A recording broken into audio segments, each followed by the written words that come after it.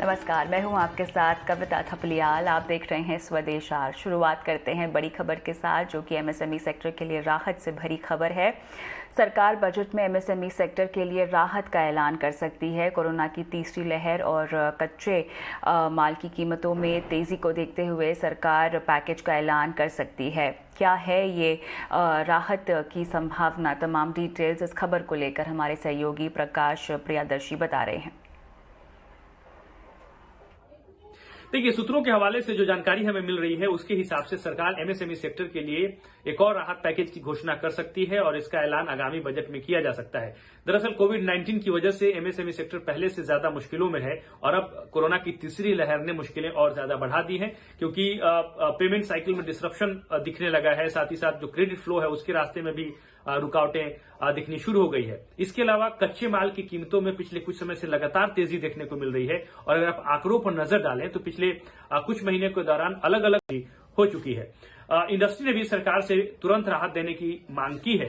लिहाजा इन सब को देखते हुए वित्त मंत्रालय इस पर विचार कर रहा है और सूत्र हमें बता रहे हैं कि एमएसएमई सेक्टर के लिए स्पेशल क्रेडिट विंडो की शुरुआत की जा सकती है ताकि उनको तुरंत आर्थिक मदद दी जाए। साथ ही साथ जो मौजूदा स्कीम है emergency credit link guarantee scheme, उसकी मियाद भी 1 साल तक के लिए बढ़ाई जा सकती है। मतलब उसको बढ़ाकर 31 मार्च 2023 तक किया जा सकता है, जिसकी मियाद 31 मार्च 2022 को खत्म हो रही है। सूत्र हमें भी बता रहे हैं कि वित्त मंत्रालय ने सरकारी बैंकों के साथ समीक्षा बैठक की है और उनको इस बात के निर्देश दिए हैं कि एमएसएमई सेक्टर को ज्यादा राहत दी जाए और साथ ही साथ क्रेडिट से संबंधित जो रिपोर्ट्स है वो सरकार को सौंपी जाए।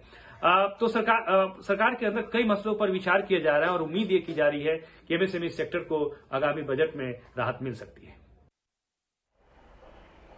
चलिए, ये तो बात हुई एमएसएमई सेक्टर की, लेकिन एक और सेक्टर जहां पर बजट में कुछ राहत आ सकती है वो है फर्टिलाइजर सेक्टर। और कच्चे माल की कीमत बढ़ने से दबाव झेल रही फर्टिलाइजर सेक्टर को सरकार बजट में राहत देने के लिए सब्सिडी बढ़ाने का ऐलान कर सकती है। और क्या है ये पूरी खबर, हमारी सहयोगी पूजा त्रिपाठी आपको बता रही है। जी, इसके पीछे सबसे बड़ी वजह यह है कि बजट में एक बड़े ऐलान की संभावना है और इस बार फर्टिलाइजर सब्सिडी जो है वो करीब 900 करोड़ डॉलर का ऐलान संभव हो सकता है। 900 करोड़ डॉलर मतलब करीब 1.4 लाख करोड़ की सब्सिडी अनाउंस हो सकती है। ये काफ़ी बड़ा अमाउंट है, काफ़ी बड़ा आंकड़ा है ये, क्योंकि अगर हम इसको पिछले कुछ सालों से कंपेयर करें तो 2018 में 18-19 के बजट में करीब 17,000 करोड़ के सब्सिडी का अनाउंसमेंट हुआ था। फिर 2019-20 में करीब 80,000 करोड़ का अनाउंसमेंट हुआ था। 2020-21 का जो बजट आया था उसमें 71,000 करोड़ करीब बजट के ये फर्टिलाइजर सब्सिडी का अनाउंस हुआ था। लेकिन इस बार ये जो आंकड़ा है ये काफ़ी बड़ा नज़र आ रहा है। ट्रेंड आपकी स्क्रीन पर हम आपको दिखाई रहे हैं। इसके पीछे की वजह यह है कि भारत क्यों इतना पुश कर रहा है इस बार की सब्सिडी को। उसके सबसे पीछे वजह यह है कि यूरिया और डीएपी यानी कि डायमोनियम फॉस्फेट, इसका भारत एक बड़ा खरीदार है और इसका जो उपयोग भी होता है एग्रीकल्चर सेक्टर में वो काफ़ी ज़्यादा होता है। एग्रीकल्चर सेक्टर को काफ़ी अहम भी माना जाता है इंडियन की इकोनॉमी के लिए, क्योंकि करीब 15% का कंट्रीब्यूशन यहाँ पर एग्रीकल्चर की तरफ से आता है और 60% वर्कफोर्स जो है वो एग्रीकल्चर सेक्टर की तरफ से होती है। तो इस वजह से इस सेक्टर पर काफ़ी ज़्यादा ध्यान है और जिस तरह से यूरिया और डीएपी के प्राइस में हम लगातार एक बढ़त देख रहे हैं, सरकार काफ़ी ज़्यादा कोशिश कर रही है इनके प्राइस को कंट्रोल करने के लिए, जिससे कि किसानों को, कंपनियों को और एग्रीकल्चर सेक्टर को ज़्यादा नुकसान ना हो। इस वजह से ये सब्सिडी लाने की कोशिश कर रही है और सब्सिडी के जरिए ही प्राइस को कंट्रोल में करने की कोशिश की जा रही है। इसका आकलन आप ऐसे लगा सकते हैं कि अगर यूरिया की प्राइस आप देखेंगे इंडिया में तो भारत जो कुल खपत है यूरिया की उसका करीब 30% तो इम्पोर्ट ही करता है। और अगर ग्लोबली प्राइस देखेंगे इस वक्त तो यूरिया की जो प्राइस है वो 990 रुपये प्रति टन है, जबकि $990 प्रति टन है, जबकि भारत में उसको $71 प्रति टन के आसपास कैप करने की कोशिश कर रहे हैं। तो अगर इतना बड़ा कंट्रोल सरकार लाना चाहती है तो उनके पास सब्सिडी का ही ऑप्शन बचता है, जिसके जरिए वो ये प्राइस कंट्रोल कर सकती है। डीएपी में भी ऐसा ही कुछ देखने को मिलता है। सरकार उसको डायरेक्टली कंट्रोल नहीं कर सकती प्राइस को, तो इनडायरेक्टली सब्सिडी के जरिए इस प्राइस को कंट्रोल करने की कोशिश की जाती है। अगर इसका कुल खपत की बात करें तो कुल खपत का 60% भारत इंपोर्ट करता है और उसके पास चीन से भी करीब 40% का इंपोर्ट आता है, जिसमें कि यहाँ पर रेस्ट्रिक्शन हो रही है तो वहाँ से भी डिले हो रहा है। तो इससे भी प्राइस का काफ़ी ज़्यादा कंसर्न भारत को झेलना पड़ता है। तो ये जो सब्सिडी अनाउंसमेंट हुई है ये काफ़ी बड़ा फैसला होगा सरकार की तरफ से और इसी वजह से हम देख रहे हैं कि कहीं ना कहीं इसका अंदाजा था और फर्टिलाइजर शेयरों में काफ़ी समय से एक तेज़ी हम देख रहे हैं। अगर पिछले 6 महीने का हम रिटर्न देखेंगे तो चंबल फर्टिलाइजर में देखिए 55% का रिटर्न देखने को मिल चुका है। जेएनएफसी में करीब 40% का रिटर्न ये स्टॉक कंपनी दे चुकी है। इसके बाद दीपक फर्टिलाइजर, जीएसएफसी, फैक्ट, राष्ट्रीय केमिकल, ये कुछ ऐसी कंपनियां जिसमें हम लगातार देख रहे हैं कि एक अच्छी बाइंग देखने को मिल रही है। इस ऐलान जो ऐलान होने वाला है उसकी संभावना के बाद से ये तेज़ी हम देख रहे हैं फर्टिलाइजर स्टॉक्स में बनी हुई है। चलिए, ये तो बात हुई उन सेक्टर्स की जिनको बजट में कुछ राहत मिलने की उम्मीद है, संभावना है, लेकिन आज बाजार में किस तरह का कारोबार हुआ है इसकी ओर रुख करते हैं, जहां पर सीमित दायरे में आज हफ्ते के पहले कारोबारी दिन हमने बाजार में ट्रेड होते हुए देखा है और निफ्टी 19 अक्टूबर 2021 के बाद पहली बार 18,300 के पार जाकर बंद हुआ है। सेंसेक्स में 85 अंकों की हमने लगभग तेजी देखी है, लेकिन ओवरऑल कारोबार कैसा रहा बता रही हैं हमारी सहयोगी पूजा त्रिपाठी। बाजार में आज दिन भर सीमित दायरे में कारोबार होता हुआ ही दिखाई दिया है और निफ्टी अब देखेंगे तो करीब 50 अंक चढ़कर 18,300 के पास बंद हुआ। बैंक निफ्टी लाल निशान में क्लोजिंग दी, करीब 150 अंकों की कमजोरी के साथ लाल निशान में बैंक निफ्टी क्लोज हुआ और सेंसेक्स में 85 अंकों की तेजी देखी गई। तो आज दिन भर सीमित दायरे में ही कारोबार होता हुआ दिखाई दिया। ग्लोबल मार्केट से जो क्यूज थे वो भी ठीक ठाक ही थे, जिसके चलते भारतीय बाजारों में भी ज्यादा कुछ रिएक्शन नहीं था। आज ऑटो, सरकारी बैंक और एफएमसीजी शेयरों में हमने अच्छी खरीदारी देखी, वहीं दूसरी तरफ निजी बैंकों ने दबाव बनाया। खबरों वाले शेयर्स में आज जो स्टॉक्स आज काफी ज्यादा मोमेंटम में थे खबरों के चलते, उसमें पहले तो हीरो मोटोकॉर्प जो कि आज टॉप निफ्टी गेनर था। अथर एनर्जी की ई राउंड फंडिंग में 1000 करोड़ रुपए जुटाने की तैयारी थी, जिसके चलते हमने देखा कि हीरो मोटोकॉर्प इस खबर के चलते यहाँ पर अच्छी तेजी देखने को मिली। एचसीएल टेक के काफी दमदार नतीजे आए, लेकिन उसके बाद भी शेयर में गिरावट थी, एक मुनाफा वसूली देखने को मिली और 6% की गिरावट वहां देखी गई। इसके बाद शानदार दिसंबर नतीजों के बाद मेट्रो ब्रांड्स ये एक स्टॉक था जहां पर कि आज अच्छी तेजी थी और 20% का अपर सर्किट भी लगा शेयर में। और इसके बाद मारुति सुजुकी में भी आज अच्छी तेजी देखने को मिली, ये भी निफ्टी के टॉप गेनर्स में शामिल था। गाड़ियों के दाम बढ़ाए और शेयर में आज 3% तक की तेजी देखने को मिली। तो आज दिन था ऑटो कंपनियों का। इसमें निफ्टी के अगर टॉप गेनर्स की बात करें तो नाम उन्हीं का है। हीरो मोटो आज टॉप गेनर था, इसके बाद ग्रासिम, ओएनजीसी और टाटा मोटर्स, यहाँ पर शानदार तेजी देखने को मिली। गिरने वाले शेयरों में HDFC bank, Britannia, axis bank और सिप्ला, यहाँ पर कमजोरी थी। इन तमाम सेक्टर्स के अलावा कुछ सिलेक्टेड पॉकेट्स थे जहां पर कि आज अच्छी तेजी थी। इसमें ऑटो एंसिलरी शेयरों में भी आज शानदार मोमेंटम बना हुआ था।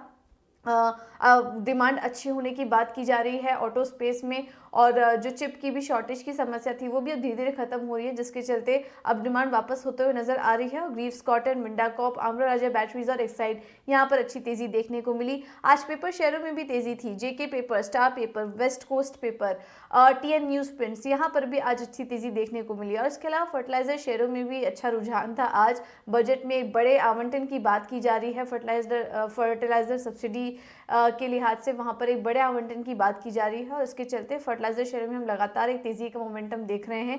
फैक्ट, दीपक फर्टिलाइजर, एनएफएल, मैंगलोर केमिकल्स, यहां पर आज शानदार तेजी देखने को मिली। ये तो बात हुई है पूरे बाजार में आज हुए कारोबार की, लेकिन बाजार की चाल को लेकर हमारे जानकार क्या कह रहे हैं। तो मैराथन ट्रेंड्स के पीएमएस के सीईओ अतुल सूरी का यहाँ पर कहना है कि लंबी अवधि में बाजार में ज़्यादा रिटर्न की उम्मीद नहीं करनी चाहिए और बाजार अपने नए हाई को छुएगा। The fact is that this beautiful rally that has happened is in the backdrop of global markets which have been volatile. You know, one is your whole EM basket where we are a subset of has done nothing. FI flows which had briefly turned positive have turned negative again. Coupled with that US markets are seeing volatile, especially in the tech space. So considering all those things, I think India is doing very well. And, I think we are pushing towards new lifetime highs. A brief underperformance that we had in December or so is getting caught up. So I think it's all in all a very impressive market. But I still am of the camp that, we are not going to have a runaway market. I think globally markets are going to pause or be range bound. Range bound does not mean that they will do nothing. A lot happens within ranges, and ranges also are large percentage moves. But what you are seeing is a massive churn that is happening globally away from growth to value. And this is very, very evident in the way the US markets are panning out. If you look at the movement of the Dow versus the NASDAQ, two very simplistic ways of looking at growth and value, is that you see very, very divergent performances. So even in the Indian context, I think what you've seen in the last 15 days, that growth has taken a bit of a pause, and the value rally seems to be pretty strong. So in a longer time frame, I think that we are not going to be a runaway market. In this, you're going to see churns, you're going to see growth someday, value someday, and that's the kind of play that is happening out. But all in all, positive on the market, positive on the year going ahead, positive on the opportunities it's going to throw us. Just to put it in sectorial or thematically, we are extremely overweight specialty chemicals. We have been towards the end of 21, it was a bit of tough kind of period for specialty chemicals. We saw them correct. But you'll see that in the first 15 days of this month, many of them have actually pushed to lifetime highs. And in fact, they've gone substantially higher. So there is a 25 to 30% of the portfolio which has pushed towards lifetime highs and higher. Yes, on the counter side, not everything can be a peach. You do have some spaces, especially the more defensive areas. Some of the FMCG plays, some of the consumer discretionary plays, some of the pharma plays, which are kind of struggling. But as I said, that this year is not going to be a one-horse theme. It's not going to be a one-way theme. I think you're going to have, phases when we all will going to get bullish about something, and it's kind of going to disappoint. And when we get really bearish about something, we are going to, be surprised on the upside. I mean, it happened in the Nifty. We were at 16,800. Things were looking pretty nasty about a month or 2 months ago, and suddenly where we are again pushing near lifetime highs. So I think that this year is going to see a lot more of that. You're going to see churn within sectors, within stocks, and I think it's the ability to be able to have the secular themes in your portfolio, which is really going to reward you. Just as I mentioned, specialty chemicals is one such area which we are extremely overweight on. Another controversial thought process is tech. I mean, tech is getting beaten world over, but we personally think that tech is again a very big, large theme. And at Marathon Trends, we are not looking at a quarter or a year. We are talking about 5 to 10 years. And we feel that tech, if it corrects, and as it is correcting, I think is going to also be a very interesting opportunity. And if you look at tech in India, it is very, very different from what is happening in the US. In US, you find that the hit a lot of the tech stocks have taken is to the extent of 40 to 50%. In India, we are more the services play. The company numbers that are coming out have been good. The narrative has been good. So I think that in this year where things are going to be up and down, sometimes it's going to be growth, sometimes value, sometimes this sector, sometimes that sector. I think if you still stay with the secular themes, the secular growth themes, I feel that you will come out as a winner by the end of the year. चलिए आज आए नतीजों की बात करते हैं, जहां पे अल्ट्राटेक सीमेंट के तिमाही नतीजे आए हैं और किस तरह से नंबर्स का रुझान रहा है। तमाम डिटेल्स हमारे सहयोगी शरद दुबे दे रहे हैं। अल्ट्राटेक सीमेंट के तीसरी तिमाही के ओवरऑल जो है मिक्स्ड नतीजे देखने को मिले हैं। हालांकि सीमेंट स्टॉक्स में जो है दबाव जो था ऑलरेडी देखा गया था, वो प्राइस इन था। रेवेन्यूज़ देखा जाए तो almost inline set of numbers आए हैं, मार्जिन्स थोड़े एस्टिमेट्स के बिलो आए हैं और पैट जो है थोड़े मिले जुले नतीजे देखने को मिले हैं। रेवेन्यू में लगभग 6% का अपटेक देखने मिला है। नेट प्रॉफिट जो है थोड़ी सी अप साइड पे आई है, ऑलमोस्ट 8%। लेकिन याद रखें यहाँ पे जो पैट का जो नंबर्स है टैक्स रिवर्सल के कारण ज़्यादा है और यहाँ पे ऑलमोस्ट वन टाइम का टैक्स गेन हुआ था ऑलमोस्ट 535 करोड़ रुपीज़ का। लेकिन एबिडा में जो है मार दिखी है, यहाँ पे 22% डाउन एबिडा है और अगर मार्जिन्स देखें तो ऑलमोस्ट 18.6% आई हैं और जो एक्सपेक्टेशंस थी, अनुमान था, वो ऑलमोस्ट 21.8% था। तो कौन से इंपॉर्टेंट फैक्टर्स थे? तो सबसे पहले इंपॉर्टेंट फैक्टर था कि आपका जो डिमांड था वो ओवरऑल इम्पैक्ट हुआ था आपके सबड्यूड रूरल डिमांड के कारण और लेबर शॉर्टेज देखी गई है और अलग अलग जोग्राफीज़ में भी इश्यूज देखने को मिले थे। सीमेंट डिमांड जो था ओवरऑल नवंबर और अर्लियर दिसंबर में जो है थोड़ी सी ज़रूर मार खाई थी, लेकिन जो प्राइसेस में थोड़ी सी मार्जिनल रिकवरी ज़रूर देखने मिली मानसून क्वार्टर के बाद। लेकिन जो रॉ मटेरियल प्राइसेस है जहाँ पे मेन दबाव देखने मिला था वो स्पेशली बढ़ा था क्योंकि आपके जो पेट कोक प्राइसेस है उनमें लगभग 24% का तिमाही दर तिमाही जो है ग्रोथ देखने मिला। वॉल्यूम ग्रोथ जो था लगभग 3% डाउन था। कैपेक्स ऑलमोस्ट 965 करोड़ का एक अनाउंसमेंट भी हुआ है और एक लोन लगभग 3500 करोड़ का चुकाया गया है। लेकिन जो चौथे तिमाही का आउटलुक है वो बहुत पॉजिटिव लग रहा है, जहाँ पे सीमेंट डिमांड जो है रिवाइव होने का जो है बात है, और क्योंकि गवर्नमेंट लेड इंफ्रास्ट्रक्चर और हाउसिंग प्रोजेक्ट्स पे भी फोकस रहेगा, तो मैनेजमेंट एक्सपेक्ट कर रहे हैं कि आपके रूरल और अर्बन डिमांड दोनों में जो है एक अच्छा पिकअप डिमांड में बढ़े। इसके अलावा कल नतीजे रहने वाले हैं बजाज फाइनेंस के, और क्या अनुमान है नतीजों को लेकर, बता रही है हमारी सहयोगी उपासना। इंडिया की सबसे बड़ी consumer finance company Bajaj finance अपने Q3 FY22 के नंबर्स रिपोर्ट करने वाली है। आइए देखते हैं कि हम हेडलाइन नंबर्स क्या बताते हैं।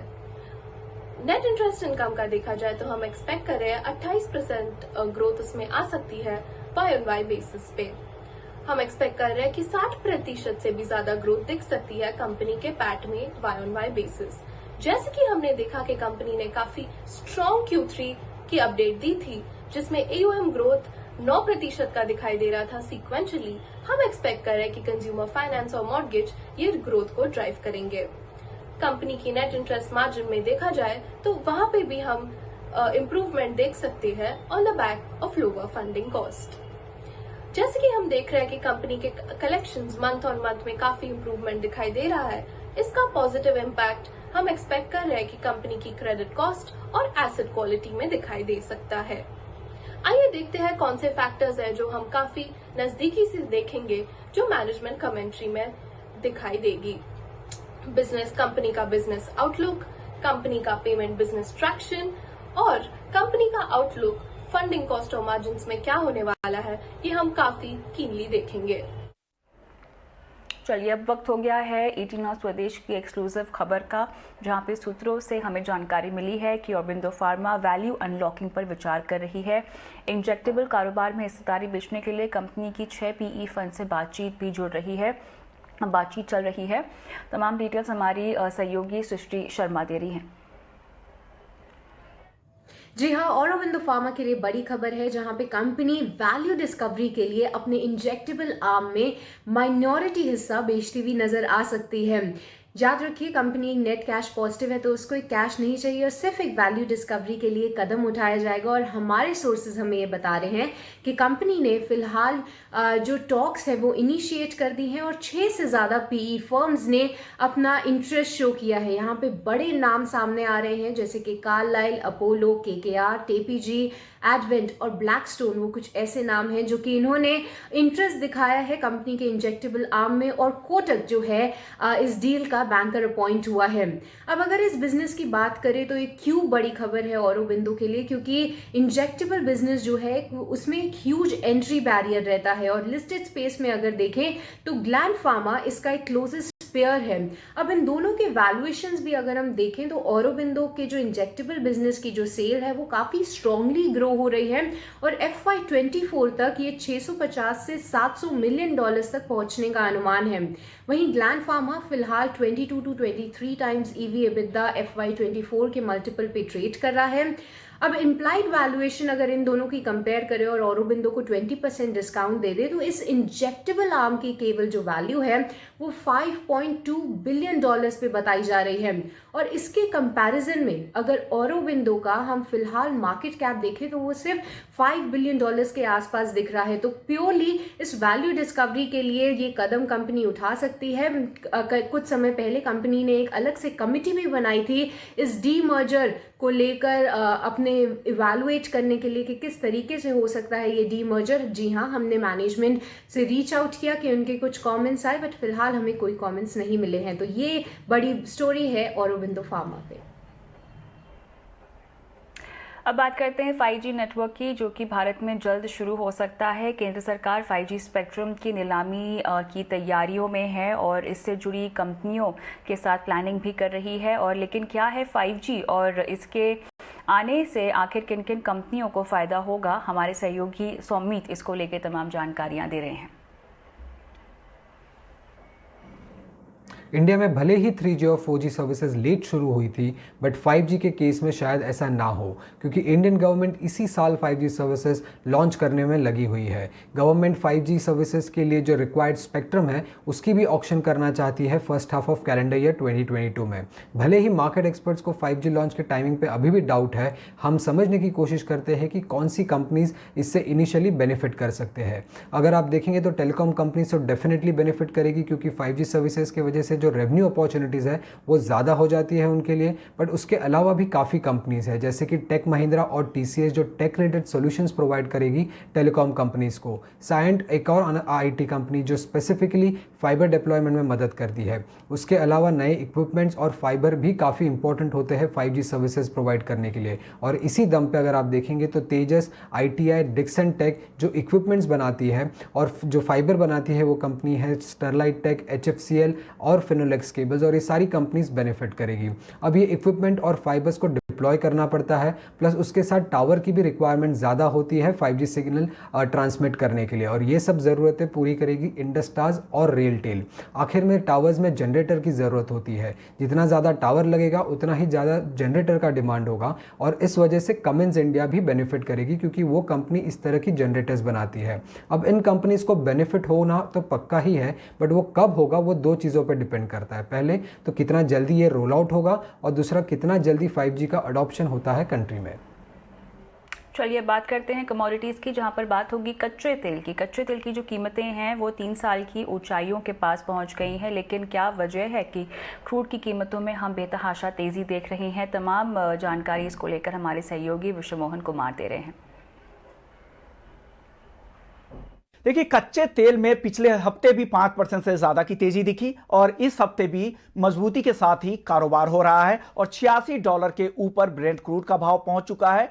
$86 का भाव इससे पहले 2021 के अक्टूबर महीने में हमने देखा था, जो 3 साल के आसपास की ऊंचाई थी। महीने भर में अगर कच्चे तेल की बात करें तो 22 से 23% की तेजी आ चुकी है। सबसे बड़ी वजह यह है कि ओपेक प्लस जो भी मेंबर्स हैं वो तय करार के मुताबिक अपना उत्पादन नहीं कर पा रहे हैं। मेंटेनेंस की दिक्कतें और साथ ही कम निवेश की वजह से यहां पर उत्पादन पर असर हुआ है। इसके अलावा यूएस के क्रूड स्टॉक की अगर बात करें तो अक्टूबर 2018 के बाद सबसे कम स्टॉक यूएस का हो गया है। इसके अलावा यूक्रेन और रसिया में जो तनाव चल रहा है उसकी वजह से भी क्रूड कीमतों को सपोर्ट मिला। तो ये कुछ ऐसी वजह हैं। साथ ही ओमिक्रॉन को लेकर लग रहा था रिफाइनरीज को कि उत्पादन की मांग कम रहने का अनुमान है, लेकिन अब मांग अचानक से बढ़ने से अब रिफाइनरीज ने भी डिमांड बढ़ा दी है, जिससे क्रूड कीमतों को सपोर्ट मिल रहा है। तो ये कुछ ऐसे फैक्टर्स हैं जो क्रूड कीमतों को यहां से ड्राइव कर रहे हैं, और ब्रेंट लगातार नई तेजी दिखा रहा है।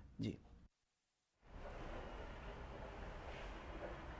अब बात करते हैं हमारी खास मुहिम की। देश बदल रहा है और बढ़ रहा है, इसीलिए अगर आप भी देश के साथ बढ़ना चाहते हैं तो आपको भी बदलना होगा। हम आपको स्वदेश पर कुछ ऐसी ही खबरें बताते हैं जो दर्शाती हैं कि देश तरक्की की नई राह पर निकल चुका है, नई ऊर्जा के साथ।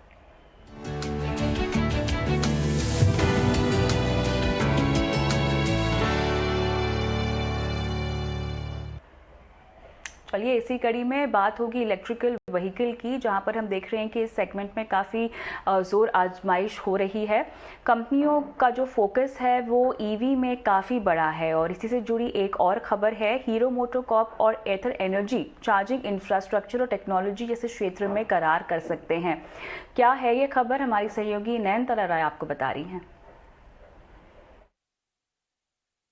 फ्राइडे शाम को हीरो मोटोकॉर्प ने अनाउंस किया था कि वो एथर एनर्जी में और पैसे डाल रहे हैं, 420 करोड़ रुपए। उन्होंने ये भी बोला था कि एथर अनाउंस करेंगे कि अब हीरो का क्या परसेंटेज बनेगा, शेयर होल्डिंग क्या बनेगी कंपनी में।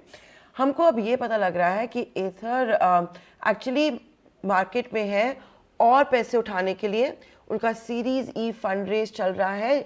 वो हो सकता है 1000 करोड़ रुपए के लिए, उसमें 420 करोड़ रुपए कमिटमेंट है और इन्वेस्टमेंट है हीरो मोटोकॉर्प का। हमको ये भी बताया जा रहा है अपने सोर्सेज से कि ये 1000 करोड़ रुपए जो होगा वो स्केलिंग अप के लिए है, और हीरो की इन्वेस्टमेंट के बाद भी एथर ऑटोनमस रहेंगे, इंडिपेंडेंट रहेंगे, और जो नए फाइनेंशियल इन्वेस्टर्स ज्वाइन कर रहे हैं उनको यही बताया जा रहा है कि वो इंडिपेंडेंट रहेंगे और एक आईपीओ भी होगा।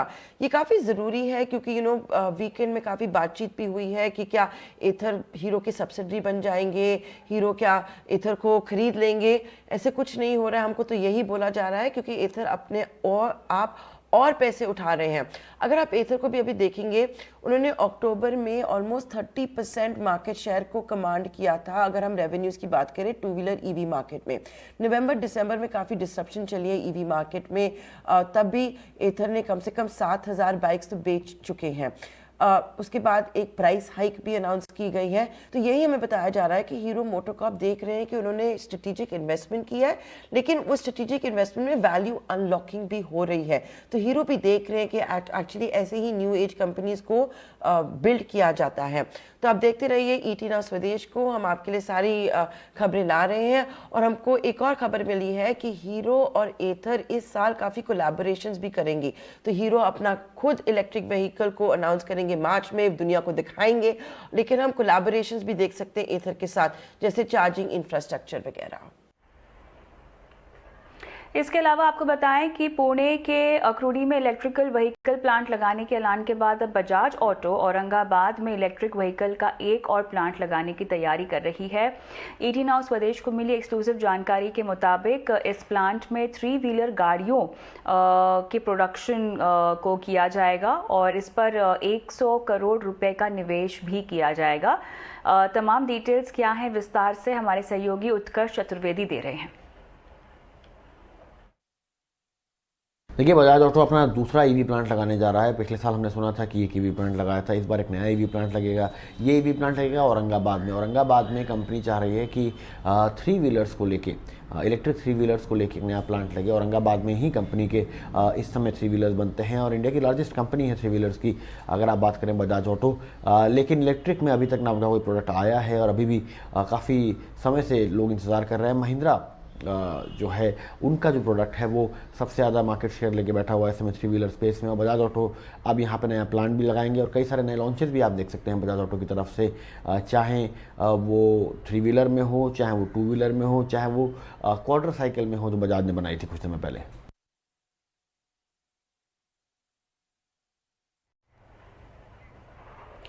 दिल्ली में इलेक्ट्रिक गाड़ियों को बढ़ावा देने के लिए इस दिशा में दिल्ली सरकार ने एक बड़ा कदम उठाया है और डिलीवरी टैक्सी सर्विस में इलेक्ट्रिक व्हीकल को ज़रूरी यहाँ पर दिल्ली सरकार करने जा रही है। ये देश में अपनी तरह की पहली पॉलिसी होगी। क्या है ये खास पॉलिसी, देखिए हमारी इस खास रिपोर्ट में। दिल्ली में अब डीजल पेट्रोल की गाड़ियों के दिन लदने वाले हैं, क्योंकि इलेक्ट्रिक व्हीकल का जमाना आ गया है और सबसे पहले सामान की डिलीवरी से लेकर ओला और उबर जैसी टैक्सी सर्विसेज में इलेक्ट्रिक व्हीकल सड़कों पर दौड़ती दिखाई देंगी। क्योंकि दिल्ली सरकार ने राइड एग्रीगेटर्स और डिलीवरी सेवा देने वालों के लिए इलेक्ट्रिक वाहन रखना जरूरी कर दिया है और ये देश में अपनी तरह की पहली पॉलिसी होगी। दिल्ली सरकार ने सैटरडे को ड्राफ्ट एग्रीगेटर्स पॉलिसी को नोटिफाई करा है और इस पॉलिसी के मुताबिक दिल्ली में जितनी भी कैब एग्रीगेटर सर्विसेज हैं या वो कंपनीज जो ई कॉमर्स कंपनीज की डिलीवरीज में सहयोग करती हैं, उन सबको सरकार ने कहा है कि इस मार्च के एंड तक जो जितनी भी नए इलेक्ट्रिक 2 व्हीलर्स लेंगे 10% वो इलेक्ट्रिक होने चाहिए और जितने भी नए 4 व्हीलर्स लेंगे वो 5% इलेक्ट्रिक होने चाहिए। और अगले साल यानी कि मार्च 2023 तक जो यही एम है, यानी कि जितनी कंपनियाँ अगले साल जो भी फ्रेश इलेक्ट्रिक जो इलेक्ट्रिक 2 व्हीलर्स लेंगी उनका 50% होनी चाहिए और जितने भी वो 4 व्हीलर्स लेंगे वो 25% इलेक्ट्रिक होनी चाहिए। तो कुल मिला के अगर देखा जाए तो दिल्ली सरकार ने देश की पहले एक ऐसी इलेक्ट्रिक व्हीकल की पॉलिसी लेकर आई है जो कैब एग्रीगेटर्स, साथ ही साथ वो जो कंपनीज डिलीवरी में इन्वॉल्व है उनके लिए मैंडेटरी कर दिया है। दरअसल दिल्ली सरकार की पॉलिसी के तहत अगले 3 महीनों में सभी राइड एग्रीगेटर्स और डिलीवरी सेवा प्रदाताओं को ये सुनिश्चित करना होगा कि उनके बेड़े में शामिल होने वाले सभी नए 2 व्हीलर्स और नई कारों में से 5% इलेक्ट्रिक हों। मार्च 2023 तक उन्हें ये सुनिश्चित करना होगा कि सभी नए 2 पहिया वाहनों में से 50% और सभी नई कारों में से 25% वाहन इलेक्ट्रिक हों। वहीं केंद्र सरकार भी पहले से ही इलेक्ट्रिक गाड़ियों को बढ़ावा दे रही है। खुद केंद्रीय मंत्री नितिन गडकरी भी कई बार इलेक्ट्रिक गाड़ियों की अहमियत का जिक्र कर चुके हैं। 2 साल के अंदर इलेक्ट्रिक स्कूटर, इलेक्ट्रिक कार, इसकी पेट्रोलियम कार के बराबर कीमत होगी। तो आज इलेक्ट्रिक पेट्रोल कार को जाने के लिए 10 रुपए किलोमीटर लगता है, डीजल को 7 रुपए लगता है और इलेक्ट्रिक को 1 रुपया लगता है। तो धीरे धीरे कहने की जरूरत ही नहीं, लोग ही उसको लेंगे और पोल्यूशन नहीं है। बता दें कि दिल्ली के मुख्यमंत्री मुख्यमंत्री अरविंद केजरीवाल ने अगस्त 2020 में ईवी पॉलिसी को लॉन्च किया था, जिसके तहत अब सरकार cab aggregators, last mile connectivity service providers और लॉजिस्टिक्स ऑपरेटर्स को इलेक्ट्रिक व्हीकल पर स्विच करने के लिए प्रोत्साहित कर रही है। ET नाउ स्वदेश।